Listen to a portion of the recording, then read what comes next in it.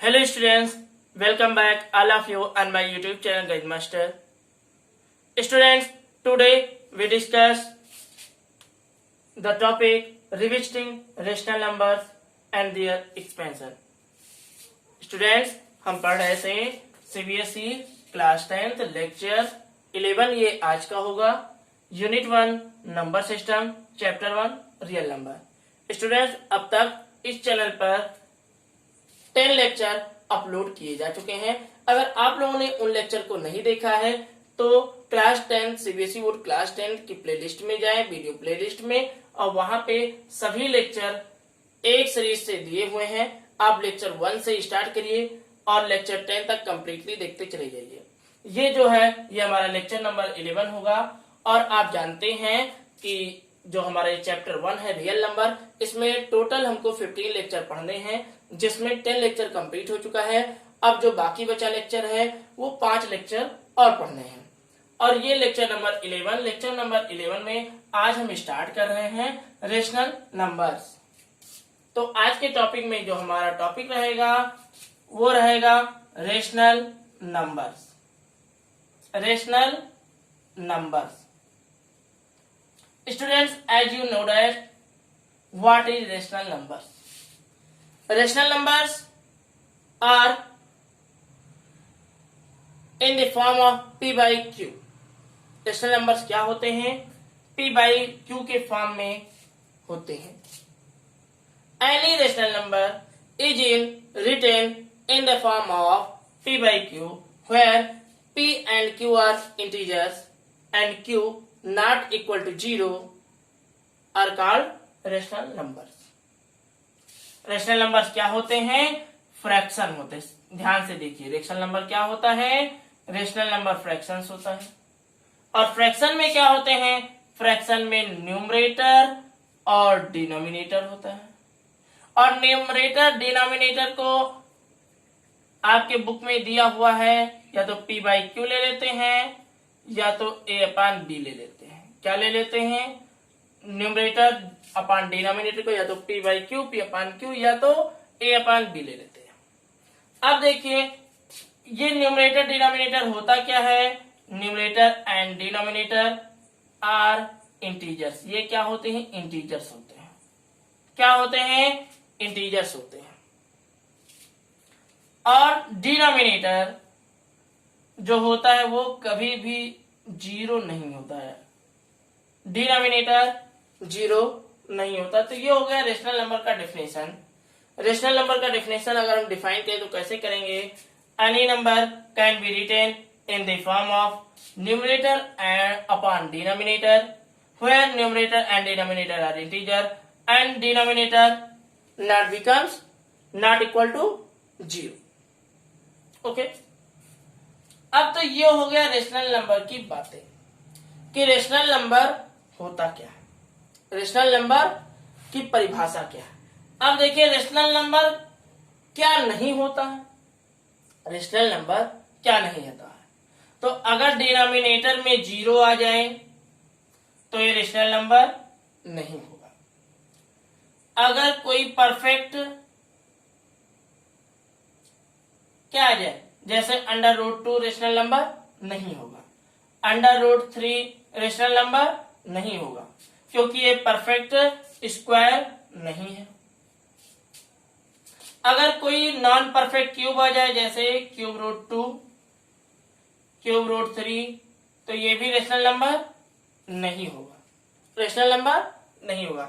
Decimal में कोई number आ जाए 0.10, 110, 111, तो ये क्या है? डॉट डॉट डॉट, ये रेशनल नंबर नहीं होगा। ये रेशनल नंबर नहीं होगा। तो ये कुछ एग्जाम्पल हो गए, ये रेशनल नंबर नहीं होता। पाई रेशनल नंबर नहीं होता है, लेकिन 3.14 रेशनल नंबर है। 22/7 रेशनल नंबर है। तो ये हो गया रेशनल नंबर की कुछ बातें। लेकिन जो क्लास 10th में जो हमारा मेन टॉपिक रहेगा रेशनल नंबर में, वो रहेगा कैसे हम पहचाने, how we identify that this is rational number and this is non rational number. This is terminating and that is non terminating. अब देखिए, जो रेशनल नंबर था उसको अगर हम डिवाइड करते हैं, रेशनल नंबर को डिवाइड करने जा रहे हैं, तो ये आपका हो गया रेशनल नंबर. क्या हो गया? Rational number. और रेशनल नंबर में टर्मिनेटिंग एंड नॉन टर्मिनेटिंग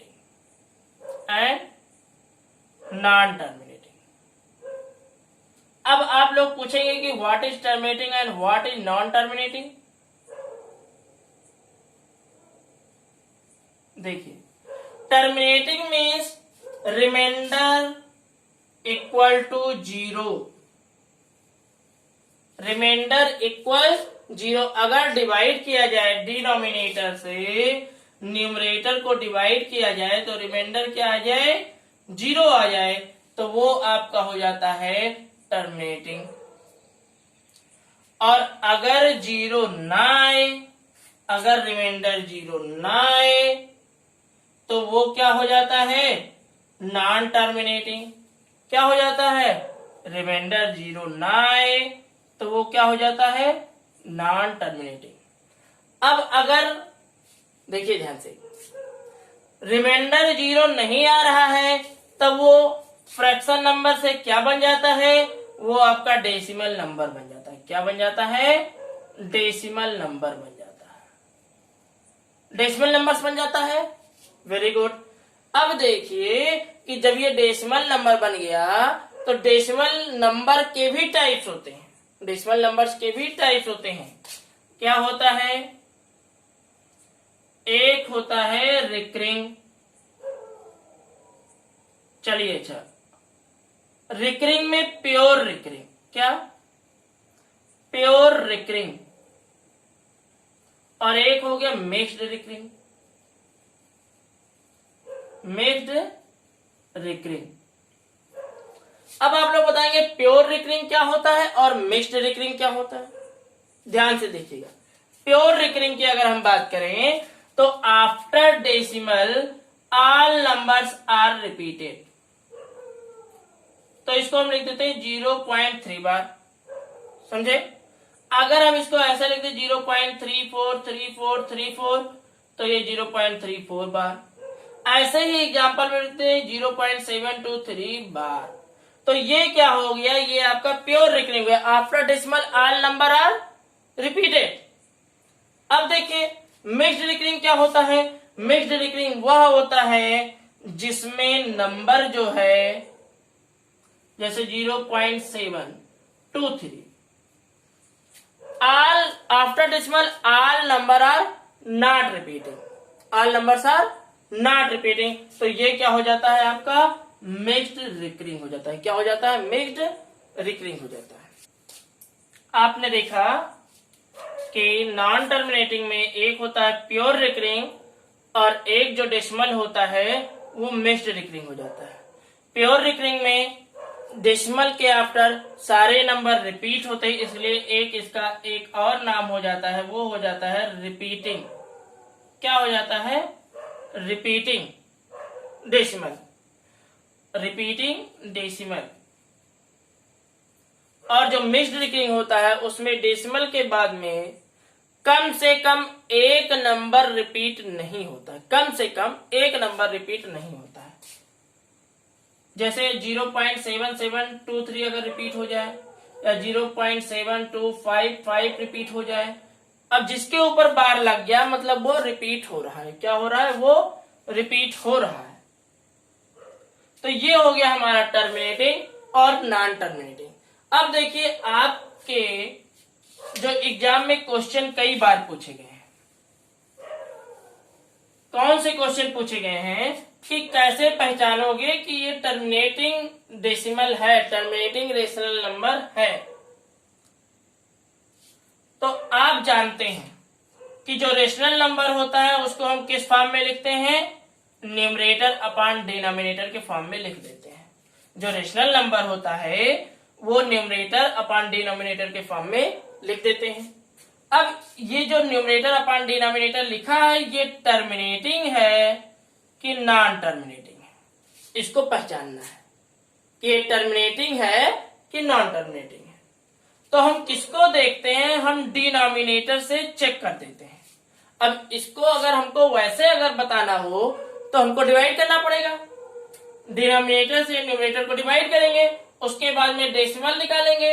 अब जब डेसिमल में चेक करेंगे अगर नंबर क्या हो रहा है, अगर पूरा पूरा ये डिवाइड हो जा रहा है, रिमाइंडर 0 आ जा रहा है तो वो टर्मिनेटिंग है, अगर 0 नहीं आ रहा है तो वो नॉन टर्मिनेटिंग है। लेकिन अगर हमने कहा without division how you find that this rational number is terminating और नॉन टर्मिनेटिंग, तो इसके लिए एक थ्योरम है। थ्योरम में डिनोमिनेटर को देखते हैं, ये 2 power m multiply 5 power n। क्या चेक करते हैं, अगर डिनोमिनेटर इस फॉर्म में है 2 पावर m और 5 पावर n, अब m और n की वैल्यू कुछ भी हो सकती है, 0 1 2 3 डॉट डॉट डॉट, क्या होगी, पॉजिटिव नंबर होने चाहिए, क्या पॉजिटिव इंटीजर होना चाहिए। 0 भी हो सकता है, क्या 0 भी हो सकता है। जैसे अगर हमने लिख दिया 15/5, एग्जाम्पल में देखिए डिनोमिनेटर में है क्या 5 है, 5 को हम किस फॉर्म में लिख सकते हैं, इससे कंपेयर कराते हैं, 2 power m into 5 power n। अब देखिए 5 का फैक्टराइजेशन करेंगे तो 2 पावर 0 हो जाएगा और ये 5 पावर 1 हो जाएगा, हो जाएगा। देखिए 2 पावर 0 की वैल्यू 1 हो जाएगी और 5 की वैल्यू 5 हो जाएगी। अब ये देखिए ये कंपेयर हो गया कि नहीं, कंपेयर हो गया, ये कंपेयर हो गया। इसका मतलब क्या हुआ, ये रिमाइंडर 0 आ जाएगा, क्या हो जाएगा, ये रिमाइंडर 0 आ जाएगा और इसका आंसर 3 आ जाएगा। ठीक, अब देखिए कुछ हम एग्जाम्पल ले लेते हैं, क्या ले लेते हैं, कुछ एग्जाम्पल ले लेते हैं और फिर चेक करते हैं कि ये आपका टर्मिनेटिंग है कि नहीं है। चलिए बहुत फास्ट एग्जाम्पल में हमने ले लिया 6/15। 6/15 के बारे में बताइए, ये टर्मिनेटिंग होगा कि नॉन टर्मिनेटिंग होगा। सेकेंड एग्जाम्पल ले लिया 17/8। थर्ड एग्जाम्पल क्या ले लिया 23/2^5², ये ले लिया। और फोर्थ एग्जाम्पल ले लिया 77/210। अब देखिए फर्स्ट एग्जाम्पल जो हमने लिया 6/15, इसमें देखिए डिनोमिनेटर हिस्से देखते हैं 15 लिखा हुआ है और इसको हमको 2 पावर m और 5 पावर n में रिप्रेजेंट करना है। तो ये किसमें होगा, 15 का अगर हम फैक्टराइजेशन करेंगे तो ये 3 5, और जब ये 3 आ गया तो 3 तो है ही नहीं, तो ये आपका क्या हो जाएगा, ये आपका नॉन टर्मिनेटिंग हो जाएगा। क्या हो जाएगा, नॉन टर्मिनेटिंग, क्योंकि 3 नहीं होना चाहिए, 3 नहीं होना चाहिए। तो 3 आ गया यहाँ पर तो ये आपका नॉन टर्मिनेटिंग हो जाएगा। चलिए 8 को देखते हैं, ये डिनोमिनेटर इसका चेक करते हैं। 8 का फैक्टराइजेशन करेंगे 2 इंटू 2 इंटू 2, देखिए बिल्कुल ये आपका हो गया 2 पावर 3 और 5 पावर 0, तो ये आपका बन गया। तो ये क्या हो जाएगा, ये आपका टर्मिनेटिंग हो जाएगा। क्या हो जाएगा, टर्मिनेटिंग हो जाएगा। थर्ड एग्जांपल देखते हैं, डिनोमिनेटर में 2³ इंटू 5², ये तो सीधा सीधा लिखा हुआ है, इसका मतलब ये क्या है, ये आपका टर्मिनेटिंग है। लास्ट एग्जांपल देखते हैं, डिनोमिनेटर में 210 है तो 3 इंटू 70 लिख सकते हैं इसको। 2 और 5 है, 2 और 5 तो कहीं नहीं है, तो ये क्या हो जाएगा, ये इससे कंपेयर नहीं हो पा रहा है। तो जब ये इससे कंपेयर नहीं हो पाएगा तो ये हमारा क्या हो जाएगा, ये हमारा नॉन टर्मिनेटिंग हो जाएगा। क्या हो जाएगा, नॉन टर्मिनेटिंग हो जाएगा। स्टूडेंट्स, इस प्रकार आज हमने क्या सीखा, आज हमने सीखा कि कोई भी रेशनल नंबर कब टर्मिनेटिंग होता है और कब नॉन टर्मिनेटिंग होता है। हम अपने अगले वीडियो लेक्चर में इसके बारे में और पढ़ेंगे। क्या पढ़ेंगे? फ्रैक्शनल नंबर को डेसिमल में बदलेंगे, फ्रैक्शनल नंबर को डेसिमल में बदलेंगे और डेसिमल नंबर को कैसे फ्रैक्शन में बदलेंगे, तो ये हमारा नेक्स्ट लेक्चर होगा। स्टूडेंट्स, आपने हमारे इस वीडियो को अंत तक देखा, इसके लिए आप लोगों का बहुत बहुत धन्यवाद। अगर हमारा वीडियो आपको पसंद आया हो तो इसको लाइक करिएगा, चैनल को सब्सक्राइब करिएगा और अपने उन दोस्तों तक भी शेयर करिएगा जो कि सीबीएसई बोर्ड या यूपी बोर्ड क्लास 10 का एग्जाम देने जा रहे हैं।